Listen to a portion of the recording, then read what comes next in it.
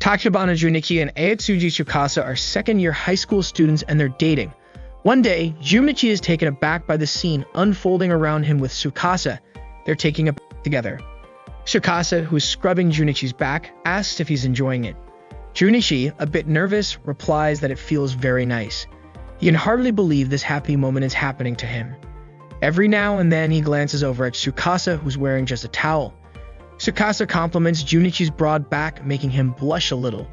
She even says she has to stretch out her arms to scrub his back fully, then suddenly slips on some soap bubbles, causing her towel to slip off. Junichi almost turns to check on her, but Tsukasa, now trying to cover her chest, warns that she won't forgive him if he turns around. Junichi follows her instructions, though he's in front of a mirror that perfectly reflects Tsukasa's image. He looks at the reflection from her feet upward, and as he reaches her face, it suddenly morphs into his little sister, Mia. Maya's voice snaps him out of his dream with Tsukasa. Junichi opens his eyes to find Mia on top of him, telling him he'll be late for school if he doesn't get up soon, and that if he gets scolded by the teacher, it won't be her fault. Annoyed, Junichi wonders why Mia had to wake him up. Not understanding what he means, Mia yells that she won't wake him up ever again, so he can sleep for the rest of his life if he wants. On his way to school, Junichi's still a bit irritated with Mia. He was so close to seeing Tsukasa's body. Suddenly, Tsukasa appears behind him and asks if he was saying her name. She greets Junichi, and he awkwardly greets her back. As he looks at her, he recalls her body wrapped in a towel, just as it was in his dream. Tsukasa, noticing his expression, puts on an annoyed face, startling Junichi. She accuses him of looking perverted, which he denies. Then, Yayoi calls out to Tsukasa, who turns to greet her friends and joins them for a chat. Junichi and Tsukasa started dating about a month ago, since the school's anniversary celebration last Christmas. He still finds it hard to believe that someone as beautiful and smart as Tsukasa is his girlfriend. After chatting with her friends, Tsukasa's friends leave. Junichi gazes at Tsukasa and she asks what's up. Junichi says it's nothing. He's just grateful to be dating her. Tsukasa asks if he did the practice problems she gave him yesterday. He admits he was too sleepy to get to them. Tsukasa encourages him to stay determined, reminding him that finals are coming up, and then there will be college entrance exams next year. Apologizing, Junichi feels that Tsukasa is always a bit overbearing with him.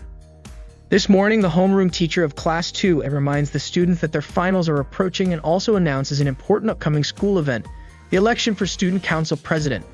The teacher says Tsukasa will be nominated for the president position, and while he won't tell the students to vote for her just because they're classmates, he encourages them to support her.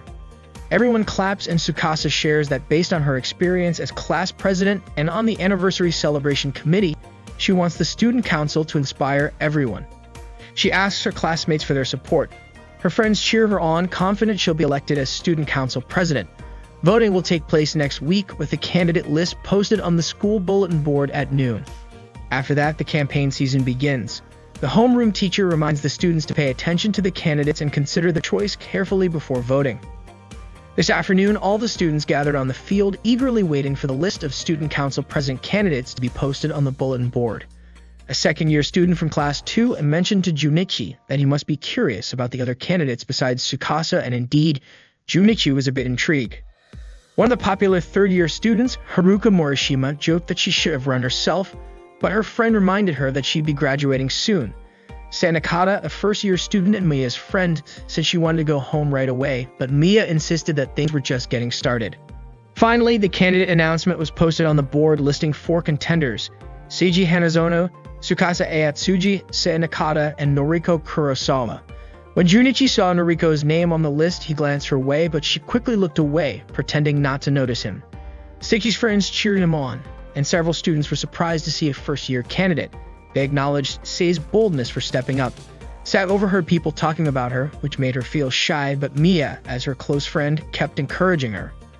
Ai also chimed in, saying this was a great opportunity for Sei to overcome her shyness.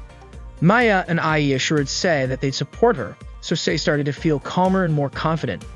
Meanwhile, the list of candidates for vice president was also posted on the bulletin board. At this school, the elected president has the authority to appoint their own vice president, which can influence how people vote. Junichi asked Tsukasa who she'd choose as her vice president if she won, but Tsukasa just smiled and said it was a secret. When Junichi saw the vice president candidates, he was surprised. Tsukasa had put him on her list as her choice for vice president. Shocked, he asked Tsukasa why she picked him as her candidate for vice president. Tsukasa explained that Junichi had been a great help when they worked together on the school anniversary celebration committee, so she felt he understood how she operated, which is why she chose him. Tsukasa then asked if it was a problem for him, leaving Junichi momentarily speechless. Then Kaoru Tanamachi approached Junichi, asking if he'd seen the vice president list. Confused, Junichi checked again, only to find that Noriko had also chosen him as her vice president candidate. This meant that both Tsukasa and Noriko had selected Junichi as their choice. Stei had chosen Miya as her vice president and Seiji had chosen Romi. Junichi was even more shocked by this discovery. He saw Noriko's friends cheering her on, and Noriko smiled as she asked them for their support. Kaoru commented to Junichi on Noriko's boldness, saying it was as if she'd made a public confession. Tsukasa seemed annoyed by the whole situation. Later, behind the school, Tsukasa questioned Junichi about what this was all about. Junichi admitted he had no clue and insisted that he'd never even spoken to Noriko before. Tsukasa kept staring at him intently, so he assured her he was telling the truth. Tsukasa believed him, thinking that Junichi likely didn't know Noriko personally. She then mentioned that all she had to do was win this election. Junichi, still a bit dazed, reflected on Kaoru's comment about Noriko's choice to select him as her vice president being like a public confession. Just then, Tsukasa tapped him on the head with a piece of paper, reminding him of his commitment to study with her every day so they could get into the same university. Apologizing, Junichi realized she was right. Tsukasa figured that Junichi was probably thinking that Noriko's choice was a confession of sorts, but Junichi denied it. Tsukasa's intense stare, however, made it hard for him to lie. Junichi asked Tsukasa why Noriko would even pick him as her vice president, especially since he'd only just learned her name today. Tsukasa confidently suggested that Noriko might just be trying to get under her skin, possibly because her father was a city council member with a lot of pride and Noriko likely had her sights set on Tsukasa. By choosing Junichi, Noriko may just be trying to irritate her and lower her morale. Finally, Junichi understood the situation. Tsukasa teased him, asking if he was disappointed that it wasn't a love confession. Embarrassed, Junichi said that couldn't possibly be the case. He then asked if he should decline Noriko's offer for the vice president role. Tsukasa said there was no need to do that. What mattered most now was winning the student council president election. Besides, the election committee was currently conducting a preliminary survey.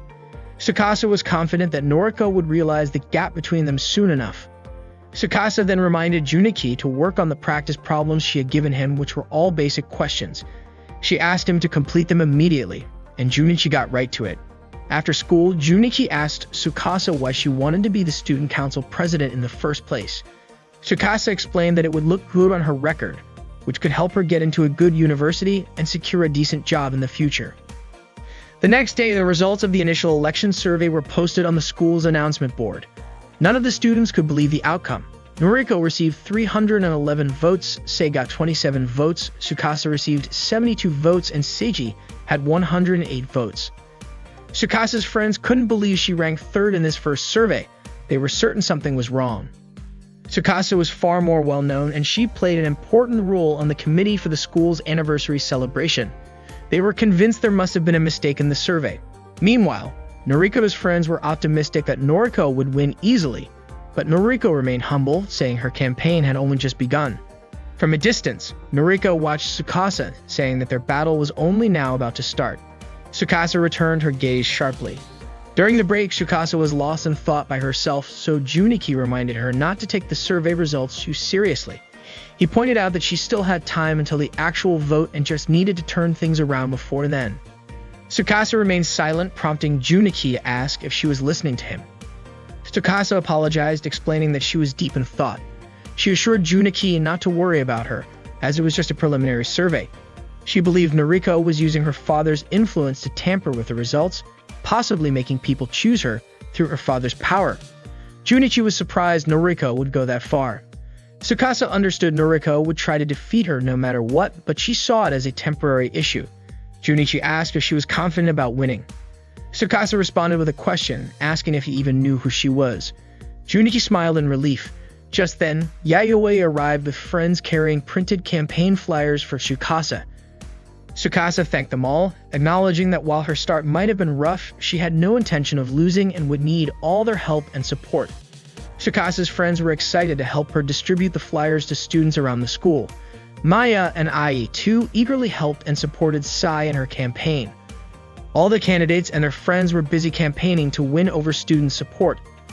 In the meantime, Junichi found himself staring as Tsukasa's skirt fluttered a bit in the breeze. This gave him an idea for a campaign poster.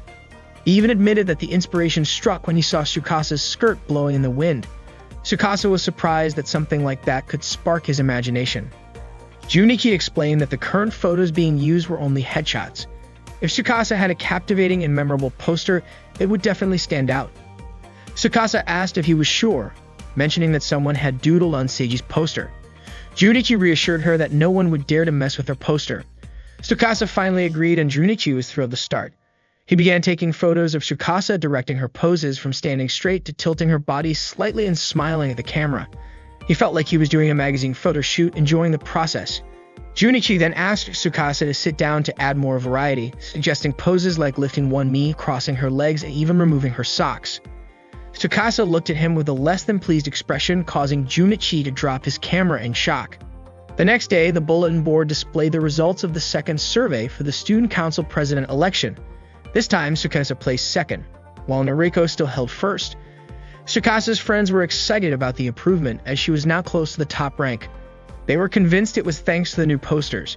Tsukasa, however, doubted that the posters alone were responsible and instead credited her friends' support, saying that she couldn't have made it this far without their help.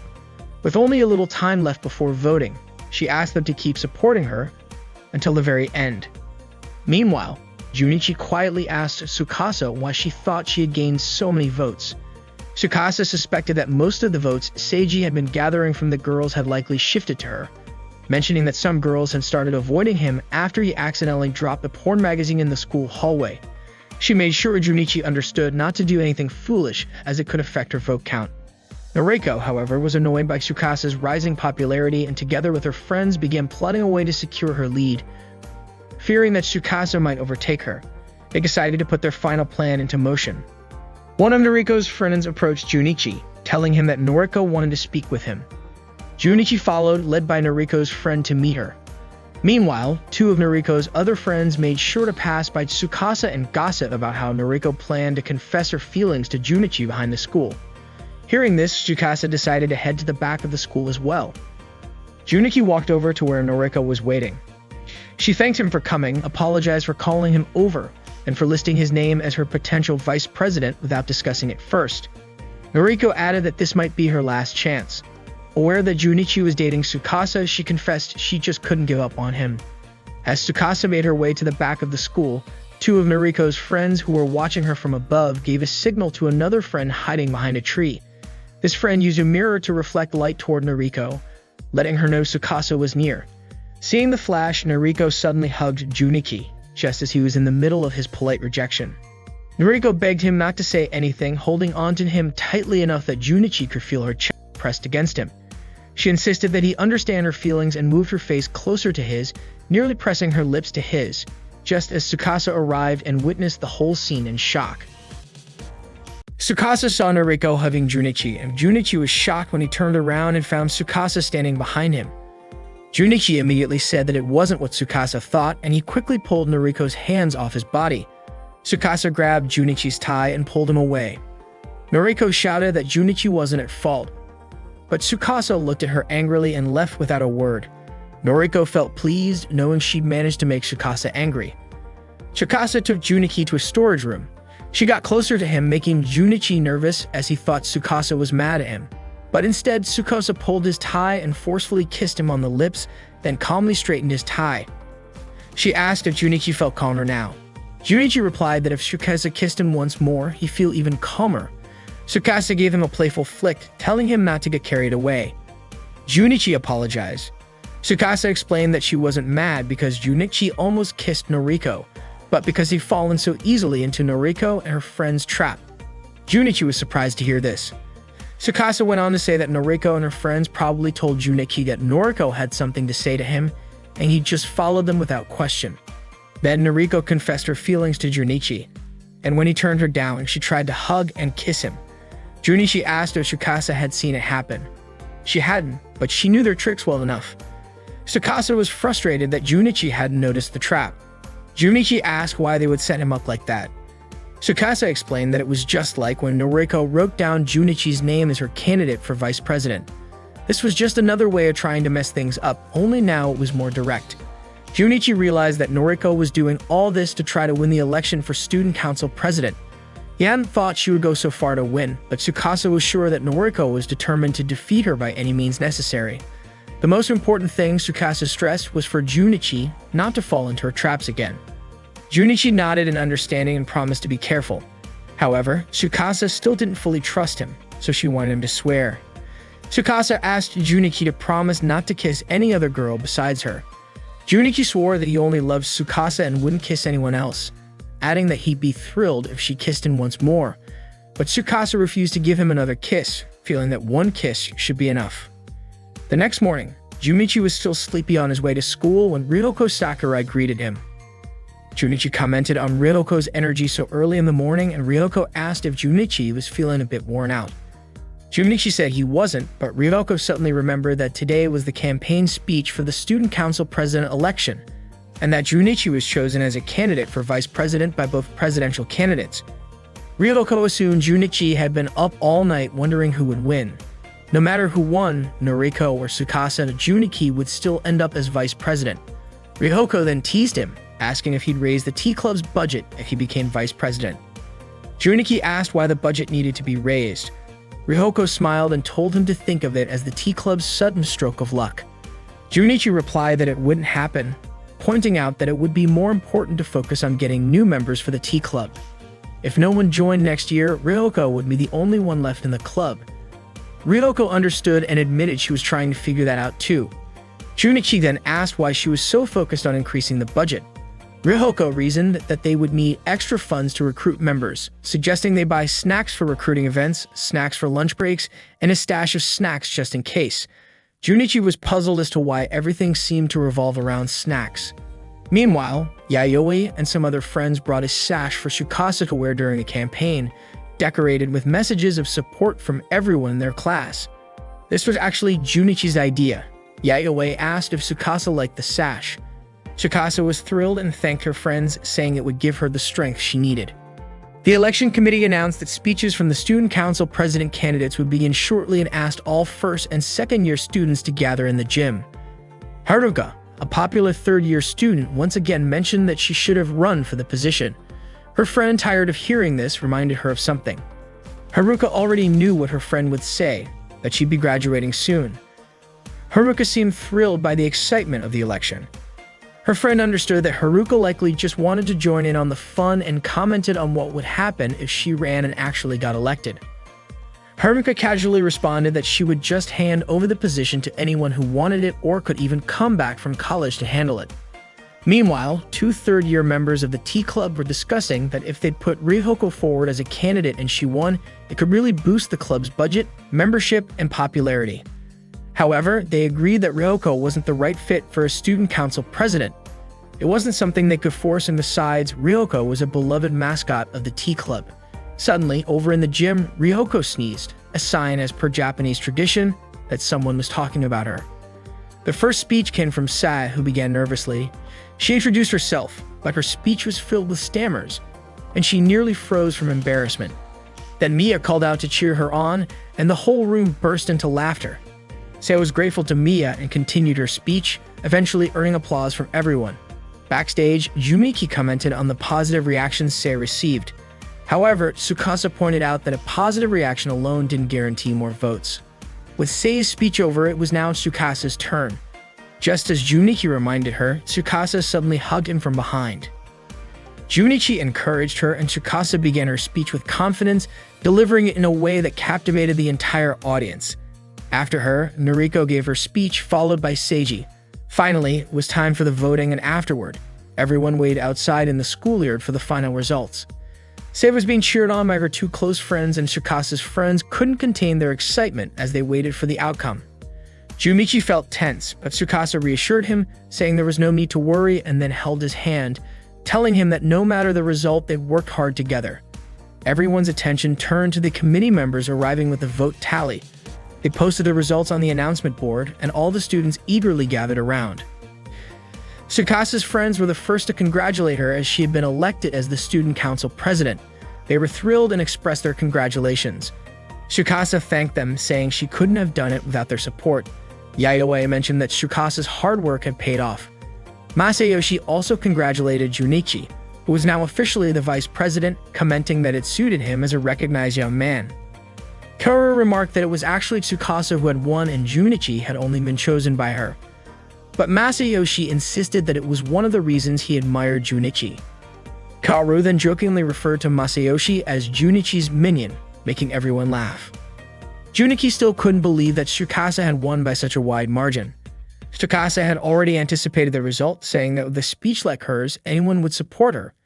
Even Keiko had been so moved that she teared up during Tsukasa's speech. Masayoshi called it a legendary speech. Tsukasa thought her friends were praising her too much.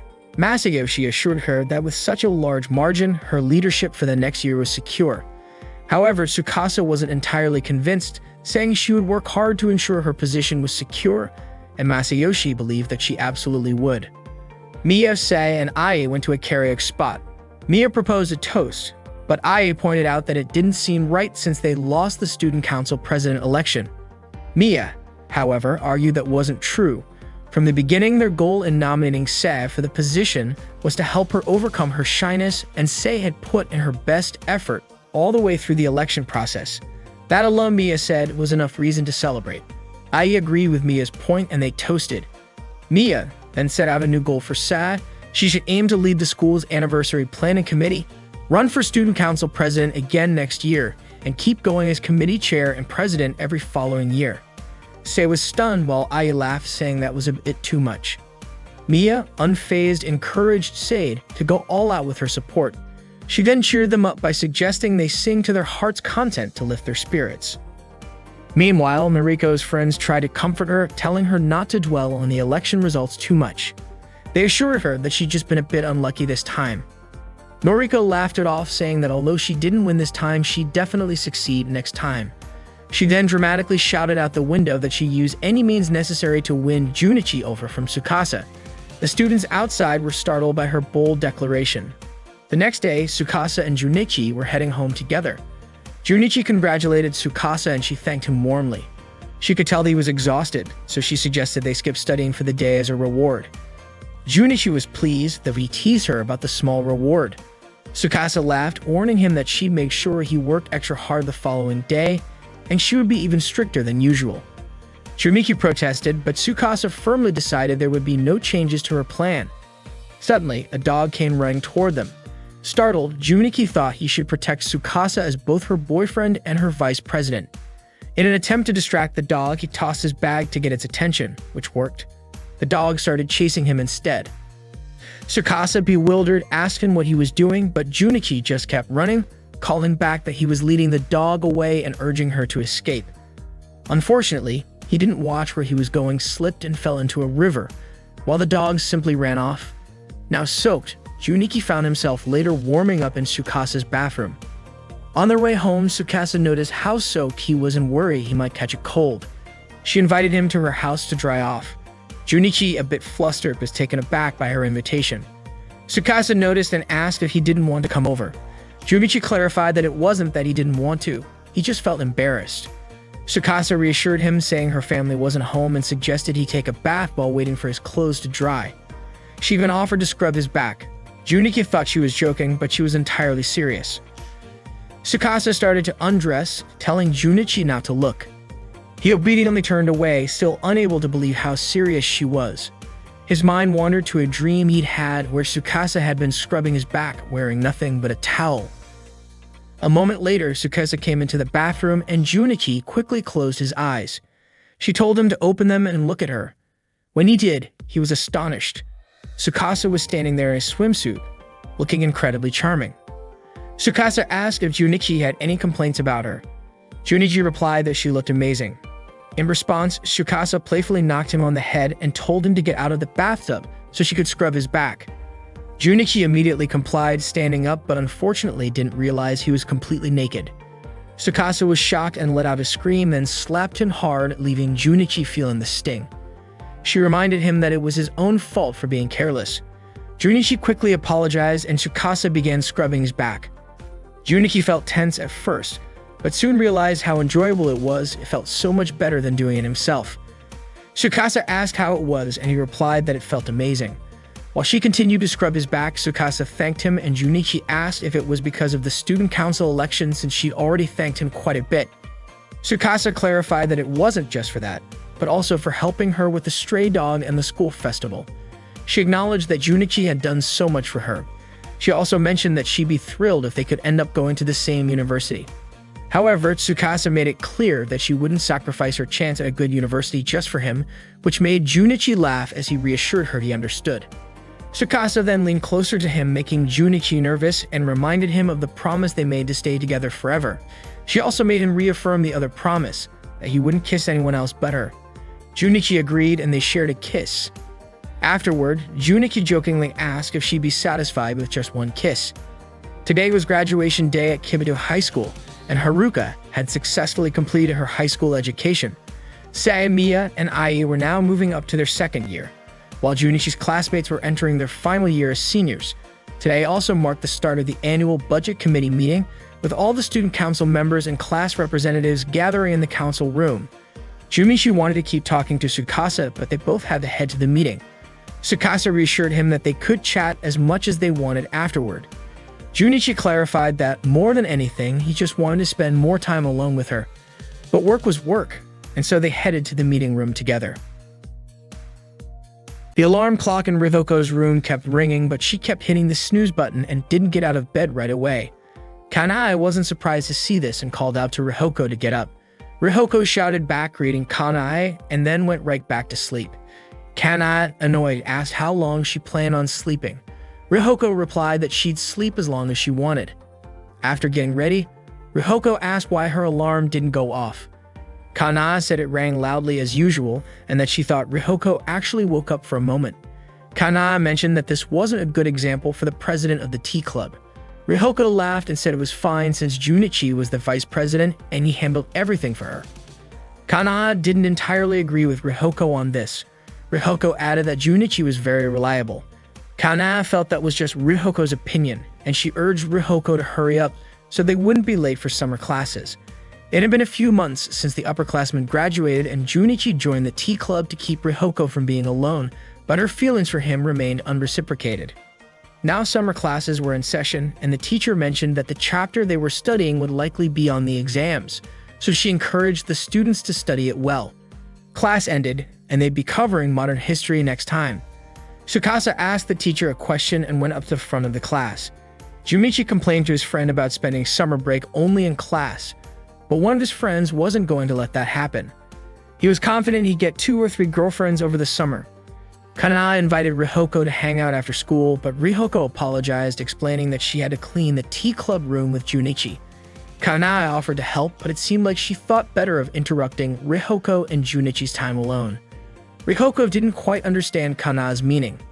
Kanai leaned in and asked her quietly how things were going with Junichi. Rihoko didn't understand what Kanai meant by progress. Kanai asked if things were going smoothly between her and Junichi, leaving Rihoko unsure how to answer.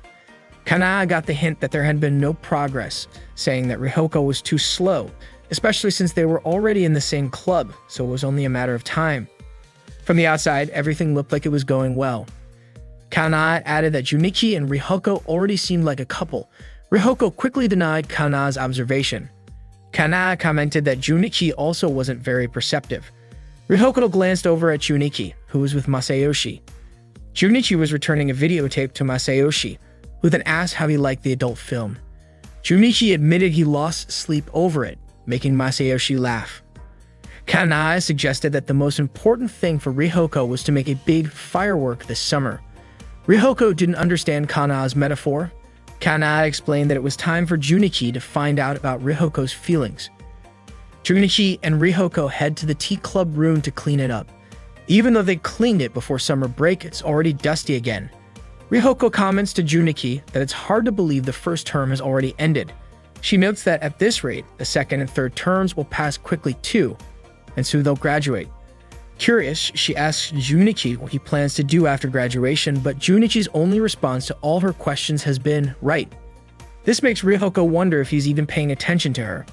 She approaches him and asks if he's okay. Junichi, lying down and looking weak, says he might have heat exhaustion. Ryuhoko starts fanning him and asks how he ended up like this. Junichi admits he stayed up all night, and when Ryuhoko asks why, he's a bit startled and says he was studying something. Ryuhoko assumes he must have been studying for exams. Junichi then asks Ryuhoko if she's feeling any heat exhaustion, and she tells him she's fine. Junichi jokes that since Ryuhoko eats and sleeps a lot, she's probably immune to it, though it wouldn't hurt if she had a little heat exhaustion. Confused, Ryuhoko asks why he would say that, and Junichi explains that if she did, she might lose her appetite. Ryuhoko didn't realize that could happen, and Junichi teases her by saying she looks a bit rounder now than in the spring. Shocked, Ryuhoko can't believe it. They head to the student infirmary, which seems empty. Ryuhoko mentions that wearing her school uniform might make her heavier than usual. Junichi brushes this off, thinking she's just making excuses. After all, he doesn't know her previous weight, so he suggests she go ahead and weigh herself. Ryuhoko asks him not to watch. She steps on the scale, shocked at the high number. When she turns around, she sees Junichi has one of his feet on the scale too, and she scolds him. After he steps away, she checks her weight again and quickly covers it, not wanting him to see. Junichi asks how much it's changed from before, and Ryuhoko insists her weight hasn't changed at all. Changing the subject, Ryuhoko asks if Junichi remembers when they were in 5th grade, just before summer break, and they measured each other like this. Back then, they went to the school infirmary and Junichi measured Ryuhoko's height. She was thrilled to find out she'd gotten taller. Then it was Junichi's turn and Ryuhoko measured him. But instead of focusing, Junichi started staring at Ryuhoko's chest. Excited, Ryuhoko cheered because this time she was taller than Junichi. Junichi couldn't believe it, but after checking the measuring tape, he accepted it. Not one to back down, Junichi suggested they compare other measurements and Ryuhoko agreed, asking what else they'd measure. Junichi suggested chest circumference and Ryuhoko was up for it.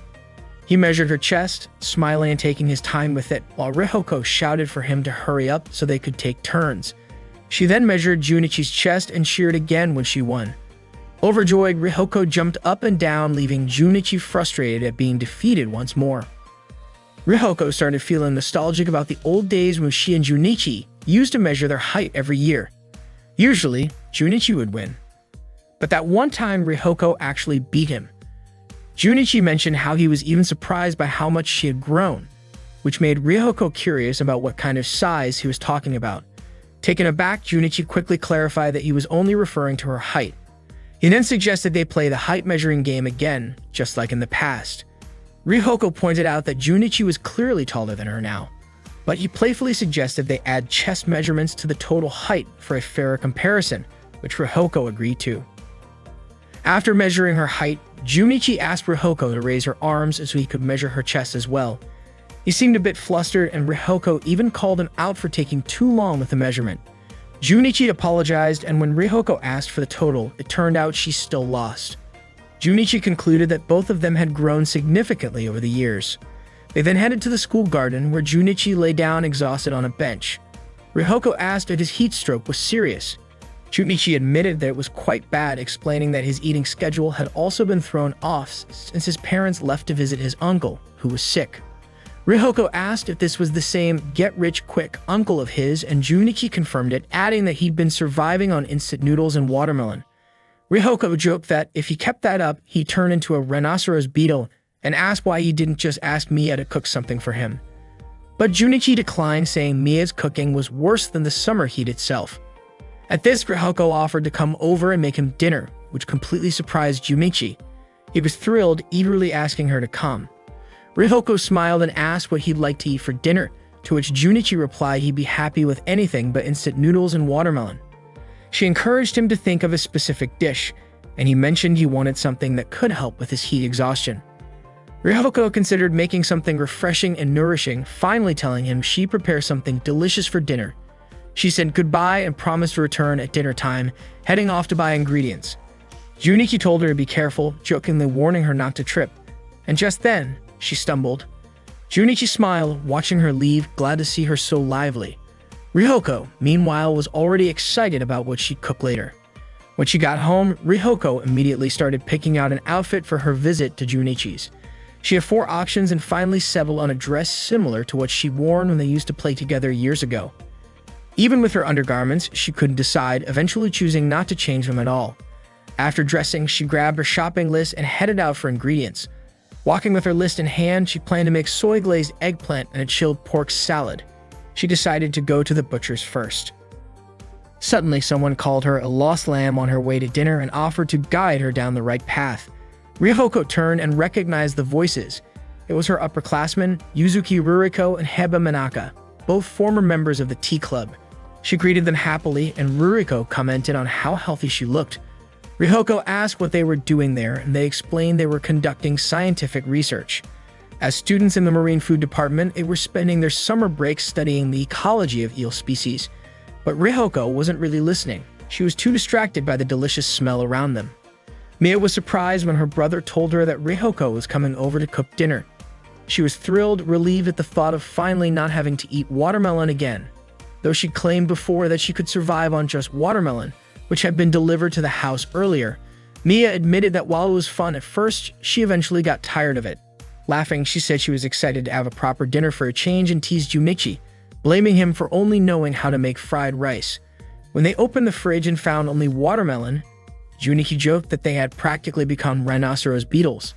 Mia asked her brother to go buy some ice cream and Junichi complied.